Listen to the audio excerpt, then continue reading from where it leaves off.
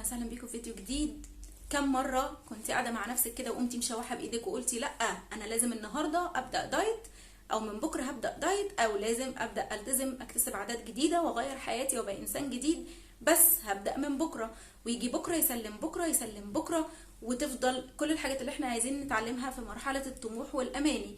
ازاي نطلع الحاجات اللي احنا عايزين نتعلمها من مرحله الطموح والاماني لمرحله التنفيذ؟ ده اللي احنا هنتعرف عليه في كتابنا بتاع النهارده، العادات الذريه للكاتب جيمس كلير، كاتب اجنبي، وده النسخه العربيه، والكتاب محقق مبيعات كبيره جدا لان الكتاب فعلا مفيد. الفكره العامه للكتاب بتتكلم عن العادات الصغيره جدا جدا جدا اللي تاثيرها مش بيبان في نفس اللحظه او تاني يوم او كده، ولكن على المدى الطويل جدا او المدى الطويل شويه بيبدا يبان تاثير العادات دي. زي مثلا انا لو صحيت النهارده الصبح عندي شويه نشاط وقررت ان انا اعمل تمرين رياضي معين، هل انا هلاحظ نتيجة التمرين ده بكرة أو النهاردة؟ أكيد لأ، لكن على مدار 3 أو 4 شهور من ممارسة التمرين الرياضي ده هبدأ ألاحظ تغير في شكل جسمي، وهبدأ ألاحظ كمان تغير في صحتي، وهكذا. برضو على الناحية التانية أو على صعيد العادات السيئة، يعني الناس اللي مثلا متعودة إن هي تاكل أكل دسم بالليل، أو أنا النهاردة حبيت أكل أكل دسم قبل ما أنام، فلما اصحى تاني يوم اكيد مش هلاقي تغيير في وزني او في شكل جسمي، لكن بعد مثلا مرور 3 او 4 شهور على الاكل الدسم كل يوم قبل ما انام اكيد هلاحظ زياده كبيره في وزني. دي الفكره العامه كده. طيب احنا ليه دايما مش بنعرف نكتسب العاده الجديده، او العاده الجديده بتبقى تقيله علينا؟ لانه ببساطه جدا انه احنا اولا مش بنقدر نتحمل الالم ولا الضغط ولا المقاومه اللي احنا بنحس بيها لما بنيجي نكتسب عاده جديده، لان كل العادات الجيده بينتج عنها الم في البدايه. يعني انا عايز اذاكر ماده معينه او اذاكر في علم معين، فده بيخليني اضغط على نفسي واسيب مثلا خروجه مع اصحابي، او اسيب ماتش انا بحبه، او اسيب مسلسل ميعاده جه وعايزه اتفرج عليه علشان اقعد اذاكر وعايزه اتعلم، فهو بيخليني استغنى عن متعة او اجي على نفسي في متعة معينة علشان اتعلم.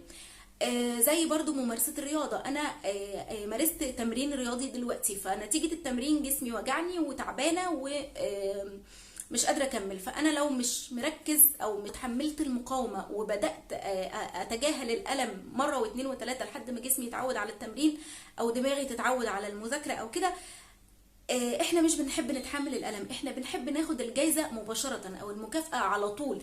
المكافاه اللي بتتاخد على طول دي الناتجه عن العادات السيئه، علشان كده احنا بنلاقي ان احنا بنتعود على العاده السيئه بشكل كبير جدا وبسرعه جدا، لكن العادات الجيده اوقات كتير بنحاول وبنفشل، نحاول ونسقط، لان احنا ما بنقدرش نتحمل الالم الناتج عن العاده الجيده. تاني حاجه ان احنا بنبقى عايزين نوصل النتيجة في أسرع وقت، عايزين نحصل على المكافأة في أسرع وقت. يعني أنا لو بدأت ألعب تمارين رياضية واستمريت عليها شهر مثلا وما لقيتش نتيجة، بزهق وبقول لا ده مفيش نتيجة فأنا هبطل. لكن العادات الجيدة تراكمية، نتيجتها بتبان بعد فترات من ممارستها، مش نتيجة فورية، فده اللي بيخلينا العادات الجيدة بالنسبة لنا تقيلة جدا، والعادات السلبية بنكتسبها بسرعة.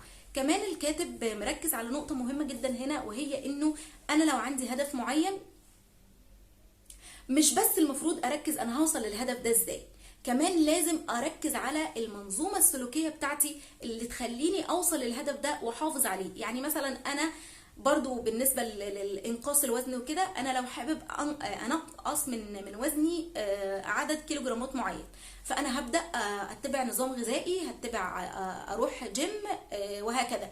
بعد ما أوصل للهدف اللي أنا عايزه، اللي هو أن أنا نزلت الكيلوغرامات اللي أنا عايزة أنزلها دي، فبالتالي أنا خلاص وصلت لهدفي، فهبدأ أبطل الرياضة، هبطل الدايت، وممكن ارجع تدريجيا لنفس الوزن اللي كنت عليه، او يمكن وزن اكبر كمان. لكن لو انا اتبعت الرياضه والنظام الغذائي السليم كنظام لايف اسلوب حياه، ده هيحافظ لي على وزني على مدى الحياه او لفتره كبيره جدا. حتى لو انا انحرفت شويه عن المسار اللي هو النظام الصحي والرياضه، مش هيأثر، لان انا هرجع تاني، لان انا عارف ان ده اسلوب حياة مش لفترة زمنية معينة. يبقى انا لو عندي هدف عايز اوصل ليه، انا بركز ايوه على الهدف، بس بشوف ايه السلوكيات وايه الحاجات اللي على بعضها دي اللي هتوصلني للهدف ده وخليها اسلوب حياة. طيب بيتكلم كمان عن تكوين العادة وازاي بتأثر في حياتنا. هو بيتكلم في ان تكوين العادة بتتكون من 4: والرغبة والاستجابة والمكافأة. المثير اللي هو الإشارة اللي بتحفز مخي على الفعل المعين. يعني مثلا أنا صحيت من النوم حاسس بتعب، أو مثلا حاسس بحاجة مش مظبوطة، فهدخل أغسل وشي واسناني. انا ايه اللي خلاني دخلت غسلت وشي واسناني؟ هو ان انا عايز احصل على الفم النظيف، او على الانتعاش اللي انا بحس بيه بعد ما اغسل وشي بالميه. يعني العاده دايما ليها مؤثر او مشير، يعني اشاره كده بتدي للمخ اشاره اعمل الحاجه الفلانيه علشان المكافاه اللي هي اخر حاجه. فتاني حاجه بعد كده الرغبه ان انا عايز اتخلص من احساس عدم الانتعاش او عدم النظافه اللي انا حاسس بيه، فبالتالي بروح للاستجابه اللي هو انا هقوم من مغسل وشي واسناني. واخر حاجه المكافاه اللي هي الحصول على الفم النظيف والوجه النظيف والمنتعش بعد ما غسلت وشي واسناني. دي ببساطه تكوين العاده بتتكون من 4 حاجات: مؤشر، رغبه، استجابه، واخر حاجه المكافاه اللي انا بحصل عليها. طيب ليه ناس معينة بتقدر تتبع العادة وناس معينة ما بتقدرش؟ في ناس بتقولك العادة علشان تقدر تتبعها وتبقى روتين حياتي في حياتك، يعني محتاجة 21 يوم، وفي ناس بتقول اكتر من كده، لكن ده كلام منطقيا وعلميا مش سليم، لان في حاجات تانية بتؤثر على الموضوع ده غير عدد الايام، اللي هو قوة تحمل الشخص و ارادته واستجابته واستجابه مخه يعني للحاجه اللي هو بيحاول يتعلمها.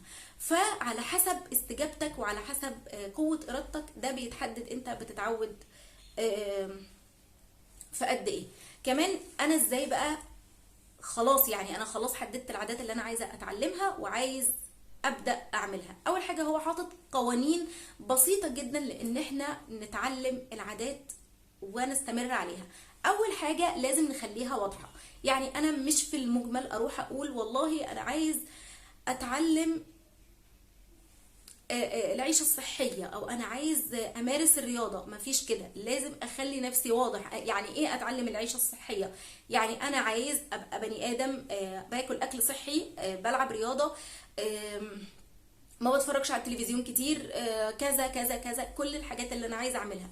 وليه انا عايزه اعمل كده؟ علشان انا عندي هدف معين، انا حابب يبقى صحتي احسن. وكمان بحط المحفزات قدامي، يعني مثلا انا دلوقتي عايزه انزل الجيم، فهجهز حاجتي واحطها قدامي واضحه علشان كل ما اشوفها افتكر ان انا المفروض ان انا اخد الحاجه وانزل الجيم. كمان لازم اكتب الحاجه اللي انا عايزه اتعلمها علشان تبقى واضحه قدامي وميبقاش الموضوع مبهم بالنسبه لي. تاني حاجه خليها سهله. احنا اللي بيخلينا مش عارفين نتعود على العادات بتاعتنا اللي هي العادات الجديده اللي احنا حابين نكتسبها، يعني ان احنا عايزين نتحول من النقيض للنقيض في وقت قصير، وعايزين انا شخص كسول ومش رياضي عايزه اتحول لشخص عنده عضلات في فترة قليلة جدا. لا، مش هينفع. احنا لازم نسهلها على نفسنا ونخليها بسيطة جدا، زي مثلا اضيف تمرين رياضي لمدة 5 دقايق او حتى دقيقتين. انا بعود نفسي.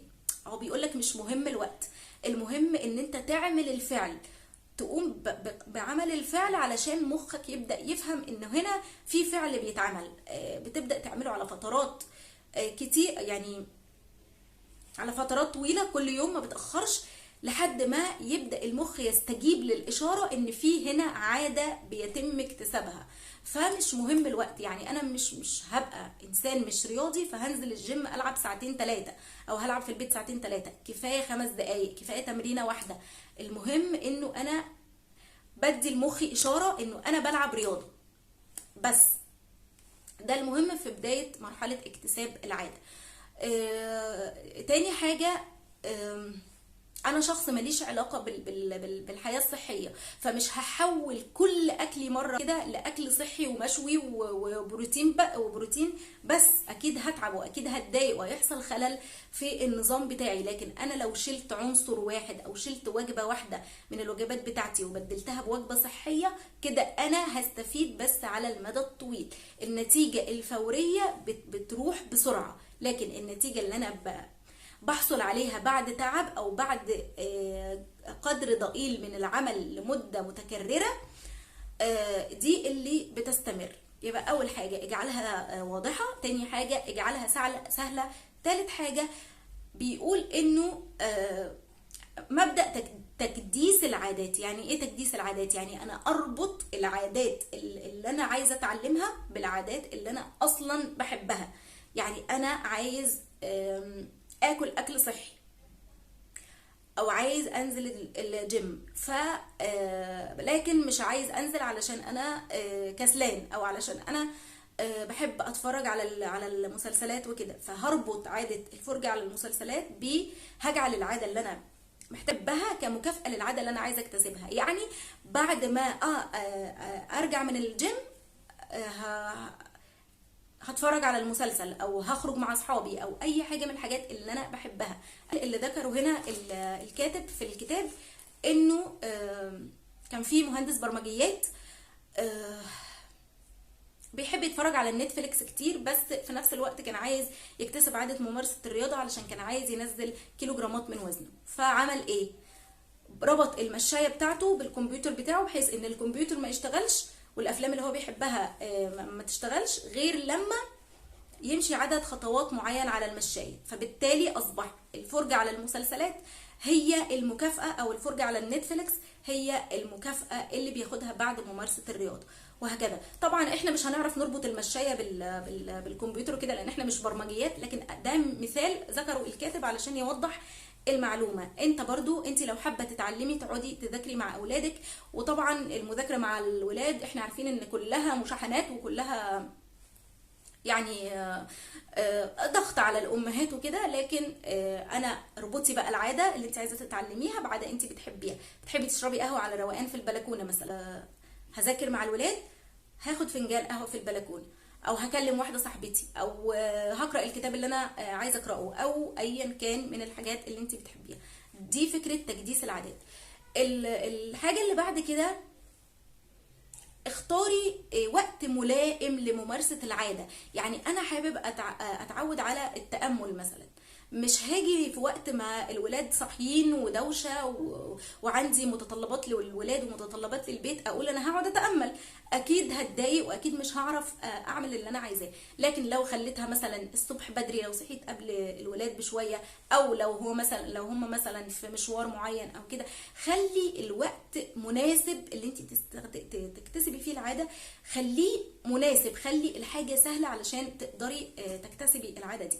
واربط العاده اللي احنا حابين نتعلمها بهدف معين، علشان يبقى فيه محفز او مثير للمخ علشان يبدا يستقبل ويعني يتقبل العاده الجديده دي. يعني مثلا انا عندي هدف معين عايز اوصل له، فبناء عليه هعمل كذا وكذا وكذا. زي المثال اللي ذكره الكاتب في الكتاب، انه كان في راجل وزوجته بيحبوا ياكلوا في المطاعم كتير، فلاحظوا زياده كبيره في وزنهم، وكمان حبوا يوفروا شويه مصروفات، فقرروا ان هم هيعملوا دفتر توفير هيسموه الرحله الى اوروبا، علشان بدل ما ياكلوا في المطاعم يروحوا رحله لاوروبا. فبدل ما بيروحوا يدفعوا في المطعم، بيروحوا يحطوا المبلغ اللي كانوا هيدفعوه بيحطوه في دفتر التوفير ده علشان يروحوا الرحله بتاعتهم. فاحنا نربط العادات بهدف معين علشان يبقى واضحه ونقدر نعملها. اخر حاجه، احنا بنعمل جدول بالعادات اللي احنا عايزين نكتسبها، وجدول بالايام، واليوم اللي هنكتسب فيه العاده او اليوم اللي هنمارس فيه العاده هنصحح عليه، وهنقول ان احنا خلاص تمام، النهارده تم العمل اللي انا عايز اعمله بنجاح، علشان يبقى واضح قدامي انا عملت ايه. ما تبقاش الامور مبهمه وابقى تايهه ومش فاكره اول امبارح عملت العاده ولا لا، او الاسبوع اللي فات عملتها ولا لا. فانا بكتب الجدول، بكتب العاده، وبكتب جدول بالايام والشهور وكده، وكل يوم بمارس فيه العاده اللي انا عايزه اتعلمها بروح اعلم عليه، وهكذا. دي حاجة مهمة قوي بقى، عادة مهمة جدا لازم نكتسبها كلنا. انا بسميها ام العادات بصراحة، لان هي مجرد ما بنكتسبها بنلاحظ تدريجيا تغير في حياتنا بشكل ملحوظ جدا جدا جدا. مش احنا بس اللي هنلاحظه، كمان اللي حوالينا هيلاحظوه. هي العادة بسيطة جدا وسهلة، لكن بتحتاج لان احنا ندرب نفسنا عليها، وهي عادة التفاؤل واخذ الامور ببساطة. يعني مش دايما انا بؤمن بان الحاجه اللي احنا بنفكر فيها بتنجذب الينا. يعني الشخص التشاؤمي اللي عنده نظره سوداويه للحياه، اللي دايما باصص للحياه انها شيء معقد، بتلاقوا دايما الابواب مقفله في وشه، بتلاقوا دايما ان هو مش عارف يوصل لاي حاجه، بتلاقوا ان هو دايما مزيد الطاقه السلبيه، ومزيد من الشحنات السلبيه اللي بيجذبها لنفسه وبيصدرها للي حواليه. مجرد ما تخيلي كده انت بتمسكي اوضتك بترتبيها وبتنظفيها وبتشيلي منها كل الكراكيب اللي موجوده فيها، تخيلي مدى الراحه النفسيه اللي انت بتحسي بيها لما بتدخلي الاوضه بعد ما ترتبت. كمان ممكن ترتيبك للغرفه ده يتيح ليكي ان انت تجيبي حاجات تانية تجملي بيها شكل الاوضه زي ديكورات وكده. كمان لما بننظم دماغنا ولما بنتفائل وبنتخلص من السلبيه، وبنتخلص من التشاؤم والنظره السوداويه للحياه، بنتيح لنفسنا ان احنا ندي فرصه لدماغنا يفكر بشكل ايجابي، يفكر بشكل احسن. زي مثلا كتير من الامهات بيشتكوا من انه اولادهم دايما عاملين دوشه، دايما مش مرتبين، مش بيتهم ما بيفضلش نظيف فتره طويله بسبب دوشه الولاد وهكذا. لو احنا فكرنا بشكل تاني انه الحمد لله ان دوشتهم دي والعابهم المبعثره في كل حته ده دليل على سلامهم النفسي والبدني، وبدانا نفهمهم واحده واحده انه تمام العبوا وكل حاجه، بس بعد كده ابقوا رتبوا مكانكم. فاحنا في اول حاجه احنا متضايقين من لعبهم ومتضايقين من تصرفاتهم ومتضايقين، فهنبدا نتعصب عليهم، فهنبدا نعمل مزيد من المشاحنات السلبيه، والفجوه اللي بيننا وبين ولادنا هتبدا توسع، والولاد ما هيبقوش مرتاحين واحنا ما هنبقاش مرتاحين، والشحنات السلبيه دي هتاثر علينا وعلى يومنا وعلى حياتنا. لكن لو احنا فكرنا بالطريقه الثانيه، وانه ده كويس، وده ان ده عالمهم، وان دول اطفال وما بيكتشفوا الدنيا بالشكل ده، وبدأنا نفهمهم واحدة واحدة انه مفيش مانع من اللعب، ومفيش مانع من اللعب وكده، بس المفروض بعد ما نخلص بنوضب مكاننا، او بنعلم ولادنا الحاجات اللي احنا عايزين نعلمها لهم بمنتهى الهدوء ومنتهى السلاسة. احنا بنفكر بشكل ايجابي، يعني وبنستدعي الطاقة الايجابية، بناء عليه بيبقى المجال مفتوح قدامنا ان احنا نفكر بشكل سليم ونتصرف بشكل سليم، وهكذا. واخر حاجة ابدأوا بالعادات السهلة البسيطة اللي ما تكلفكوش عناء كبير، وتقدروا تعملوها بكل سهولة علشان تقدروا تكملوا بعد كده، او تمارسوا الحاجات اللي انتوا حابين تمارسوها، وتتعلموا العادات اللي انتوا حابين تتعلموها. ودمتم في رعاية الله، واشوفكم في فيديو جديد وموضوع جديد، ومع السلامة.